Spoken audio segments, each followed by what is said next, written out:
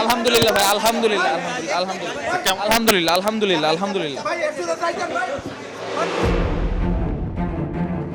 60 বলে 101 ক্যাপ্টেন স্নক সামনে থেকে নেতৃত্ব দেয়া, ম্যাচ সেরা হওয়া, দলকে জিতিয়ে মাঠ ছাড়া। দিন শেষে এরকম একটা পারফরমেন্স দিয়ে যদি টুর্নামেন্ট শুরু করা যায়, এর চাইতে ভালো আর কি হতে পারে। নাজমুল শান্ত সেভাবেই শুরু করেছেন এবং তার যে রিয়াকশনটা সেটা মাত্র একটা শব্দে, শুধুমাত্র আলহামদুলিল্লাহ বলেছেন। এরকম একটা শুরুটাই তিনি চেয়েছিলেন।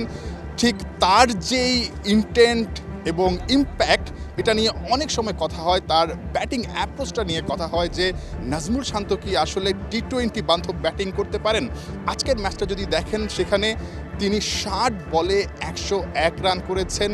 ঠিক যেভাবে দলকে জেতানো দরকার ছিল, বড় টার্গেট তারা করতে নেমে ঠিক সেভাবেই খেলেছেন। ঠিক একদিন আগেই কিন্তু তিনি প্রেস কনফারেন্সে এসে বলেছিলেন যে আমার অ্যাপ্রোচ নিয়ে কথা হয়, কিন্তু আমি চাই দলের যখন যেভাবে দরকার, যে স্ট্রাইক রেটে খেলা দরকার সেভাবেই খেলতে চায়। এবং নাজমুল শান্ত কিন্তু সেটাই করে দেখিয়েছেন। সেখানে 5টা ছক্কা হাঁকিয়েছেন, 10টা চারের মার মেরেছেন।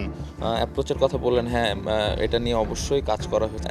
এমন না যে প্রতিদিন যে অনেক পিটাপিটি করতে হবে, অনেক হায়ার স্ট্রাইক রেটে ব্যাটিং করতে হবে, জিনিসটা এমন না। জিনিসটা কন্ডিশন, সিচুয়েশন বুঝে যেভাবে ব্যাটিং করা দরকার ওই অনুযায়ী যেন ব্যাটিং করতে পারি, এটা ইম্পর্টেন্ট। ঠিক কয়েকটা দিন আগে যদি ফিরে যাওয়া যায়, শান্ত আসলে টি-20 ফরম্যাটে ফেরার জন্য কত না আসলে পরিশ্রম করেছেন। মিরপুরে দেখা গেছে তাকে একাকী অনুশীলন করছেন, কেউ ছিল না সেখানে। তিনি কোচ সোহেল ইসলামের সঙ্গে একা অনুশীলন করছিলেন এবং রেঞ্জ হিটিং অর্থাৎ টি-20 বান্ধব ব্যাটিং করতে গিয়ে তার হাতে রীতিমতো ফোসকা পড়ে গিয়েছিল। তিনি গুনে গুনে দেখাচ্ছিলেন, 1টা 2টা 3টা 4টা 5টা 6টা, ঠিক 9টা ফোসকা পড়েছিল। তার ডেডিকেশনটা ছিল, তার চেষ্টাটা ছিল। এবং ঠিক বিশ্বকাপের আগে শান্ত আসলে নিজেকে কোথায় দেখতে চান, এই প্রশ্নের জবাবেও একদিন আগে বলেছিলেন তার টার্গেট থাকবে ভালো করা, এবং যেহেতু একটা সুযোগ আছে বিশ্বকাপ, টি-20 বিশ্বকাপের দলে জায়গা করে নেয়ার, সেই সুযোগটা তিনি কাজে লাগাতে চান। নিজেকে নিয়ে টার্গেটটা কি থাকবে নাজমুল শান্তর? কারণ যেহেতু টি-20 বিশ্বকাপটাও সামনে আছে, একটা সুযোগ থাকছে। খুব ইম্পর্টেন্ট, সামনে ওয়ার্ল্ড কাপের কথা আপনি বললেন, অনেক বড় একটা অপরচুনিটি। যদি এখানে ভালো করতে পারি অবশ্যই এখানে একটা ভালো সুযোগ থাকবে, বাট এটা সিলেক্টররা বুঝবেন, ম্যানেজমেন্ট আছেন। আমার কাজ হলো আমি চেষ্টা করবো যে কীভাবে আমি রেগুলার পারফর্ম করতে পারি।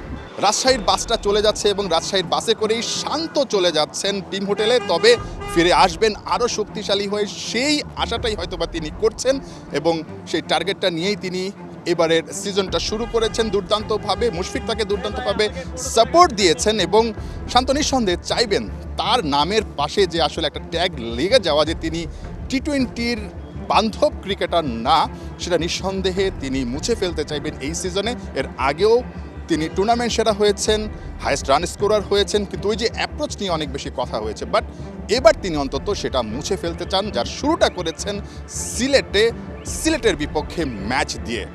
Nahiyan Bin Jasim, 71, Sylhet international cricket stadium, Sylhet.